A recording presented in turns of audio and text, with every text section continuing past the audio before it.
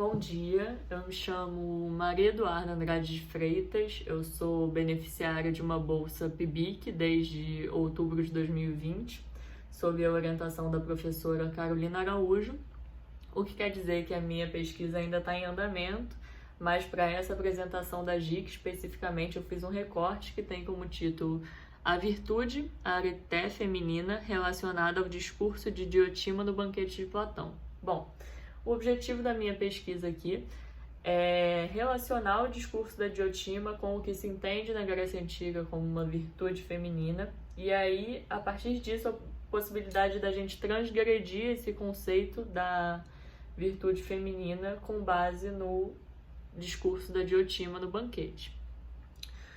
Bom, para a gente entender um pouco melhor como funcionava essa noção de virtude para o povo grego, eu vou relembrar as narrativas mitológicas de Homero, por exemplo, que fizeram com que o povo grego passasse a se reconhecer como um povo mais corajoso e heróico. E aí, posteriormente, surge a figura de Sócrates, que faz com que o povo grego passe a se reconhecer também como um povo mais reflexivo, podemos dizer assim. Dito isso, eu acho importante também fazer uma distinção entre a educação dos homens e a educação das mulheres na Grécia Antiga, que suas vidas se davam paralelamente, se cruzando apenas no âmbito do casamento, do culto religioso, da morte, e acontecia também de mulheres musicistas serem convidadas em contexto de banquete para entreter com música os homens enquanto eles discutiam e bebiam. E aí, para delimitar ainda melhor essa noção de virtude feminina, eu vou me valer de um trecho de um outro diálogo platônico, que não é o que a gente está utilizando aqui, o banquete, né?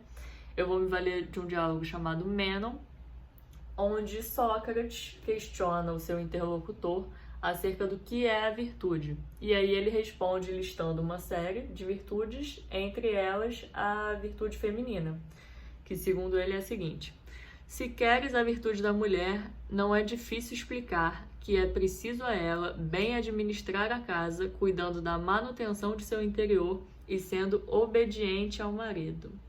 Bom, antes da gente entrar no discurso da Diotima e no banquete propriamente, eu quero lembrar que eu estou utilizando essa edição aqui do banquete, de tradução do José Cavalcante Souza, é uma edição bilíngue, então as páginas da esquerda são na língua original, que é o grego, e as páginas da direita em português, o que é muito interessante. E aí a Diotima entra como uma das personagens mais controversas de toda a obra de Platão, e justamente por levantar uma série de questões que não foram respondidas até a atualidade. E aí, para a gente investigar um pouco melhor essas questões, a gente vai utilizar como suporte teórico dois textos. Um deles é de uma filósofa estadunidense chamada Waite, eu não sei se é assim que pronuncia o nome dela, peço até desculpas se eu estiver errado, mas que ela faz uma verdadeira enciclopédia das mulheres filósofas da antiguidade, um trabalho muito bonito. Mas a gente vai se deter apenas em um capítulo, que é o capítulo que recebe o nome de Diotima de Montenegro, capítulo 6, se não me engano. E o outro texto é o texto de um homem chamado Halperin, e no qual a gente vai se deter apenas no capítulo, coincidentemente também 6, que recebe o nome de Por que Diotima é uma Mulher. Bom, é sabido, né, que Platão não costumava criar nem personagens, nem personalidades do nada. Todos os personagens das suas obras eram seus convivas, o que faz com que a gente pense que com Diotima não foi diferente, né? Até porque antes do Sócrates começar a narrar o encontro que ele teve com a estrangeira, ele diz que ele cita um fato histórico, né, dizendo que ela foi responsável por adiar por 10 anos uma pandemia que alastrou Atenas, que foi a peste, né, que ocorreu por volta de 340 a.C. Isso tá no trecho 201E do banquete, se alguém quiser ver depois. Bom, e aí depois disso começa a narrativa da estrangeira acerca da temática principal do texto, do banquete, né, que atravessa todo o banquete, que é o amor. E aí Sócrates, mestre e protagonista de todas as obras do Platão, ele diz no começo que só sabe sobre amor, no trecho 177, para ser mais precisa. E o que sabe sobre amor aprendeu com uma estrangeira de Mantineia, o que ele diz no trecho 202a.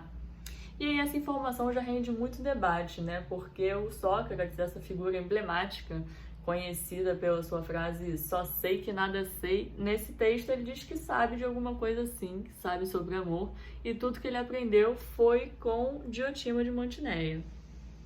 Bom, a legislação da Grécia divergia, né, um pouco de polis para polis. Para quem não sabe, polis era a cidade-estado grega. E em algumas delas as mulheres detinham realmente de um pouco mais de liberdade, mas de todo modo, uma mulher em figura de mestra de Sócrates é curioso e levanta uma série de questões, né? E aí, antes da gente entrar mais especificamente nessas questões, eu acho que vale ressaltar que a gente não tem qualquer registro histórico de viagem do Sócrates a Mantineia ou de que as sacerdotisas, como era Diotima, viajassem. Bom, e aí uma controvérsia abordada por Halperin na página 113 do seu texto, de que Diotima, além de ser melhor entendida dos assuntos pederásticos masculinos que os próprios homens, parece também ensinar uma correta pederastia a Sócrates, que tem como objetivo melhorar essa forma de relação entre homens e meninos. Mas essas informações ainda não são suficientes para a gente sustentar a não historicidade da Diotima. E aí, tradicionalmente, argumenta-se também contra a sua historicidade, de que a ausência dela em outros diálogos platônicos prova o seu caráter ficcional, ou até mesmo dela como sendo uma representação de uma noção que Sócrates tinha na juventude, né? Como se fossem Sócrates conflitantes, a sua noção da juventude conflitando com a noção de Sócrates já um pouco mais maduro. Bom, isso tudo a gente encontra na página 92 do texto da Waite. E aí, os diálogos do Sócrates, né, em todas as obras do Platão, aparecem como sendo o discurso verdadeiro, o discurso de mestre, o discurso didático, enquanto os outros personagens aparecem de modo a sempre rondar a verdade, mas sem de fato atingi-la, né? E aí no banquete, depois de todos os presentes terem elogiado o amor conforme combinado, apresentando discursos fortemente caracterizados por suas profissões, estilos, caráter e até mesmo idade, foi a vez de Sócrates. A parte central do discurso de Sócrates se dá sobre a narrativa do seu encontro com a estrangeira de Mantineia, né? E então, o discurso verdadeiro, o discurso de mestre nessa obra, no Banquete do Platão, é o discurso da Diotima. E enquanto Sócrates aparece numa posição de discípulo nessa narrativa. E aí o discurso da estrangeira se inicia com a inserção de um termo entre dicotomias, ou seja, um meio termo. A sua filosofia se caracteriza por ser uma filosofia triádica. E aí ela argumenta que o amor não pode ser um deus e tampouco um mortal, né? Ele é um daimon, como se dizia lá na Grécia, né? E aí, posteriormente, ela insere também o amor entre o belo e o feio, diz que ele não pode ser belo, porque senão ele não buscaria beleza, e o que não quer dizer que ele seja forçosamente feio. E aí vai além ainda, insere o amor entre algo entre o mal e o bem. Enfim, a moral da história é que o amor aparece sempre num lugar intermediário no discurso de Diotima, né? E aí, como na retórica socrática, o discurso da Diotima também depende da concordância do seu interlocutor para que ele ande, né? Para que ele prossiga. E aí, nesse caso, o interlocutor é Sócrates. E aí, no decorrer do discurso, a gente pode observar que a filosofia atribuída à estrangeira traz novidades à antiguidade. como, por exemplo, a filosofia do autor do Banquete, que se caracteriza sobretudo por dicotomias. Eu não vou entrar muito, senão isso vai me tomar muito tempo, mas, em resumo, a gente pode observar a sua célebre distinção, né, entre o mundo inteligível e o mundo sensível, sendo o inteligível o mundo das ideias e das formas perfeitas e o sensível o mundo das aparências e das sombras. O que já difere, né, dessa filosofia triádica da Diotima, já que a do Platão se caracteriza por ser uma filosofia dicotômica. E além dos conceitos de belo e bom, que no discurso da Diotima não parecem funcionar como ideias platônicas, né, já que elas não pressupõem a verdade apenas da alma. E aí, em relação a Sócrates, apesar das semelhanças discursivas, em alguns momentos até irônicas, a gente pode encontrar momentos de divergência também, como, por exemplo, nos conceitos de beleza e imortalidade. Mas o que nos interessa filosoficamente é justamente essa discussão conceitual acerca do amor, do belo, do bem, da imortalidade e da teoria da reminiscência, presente na parte 1 do texto da Waite, do capítulo, né, da Waite sobre Diotima.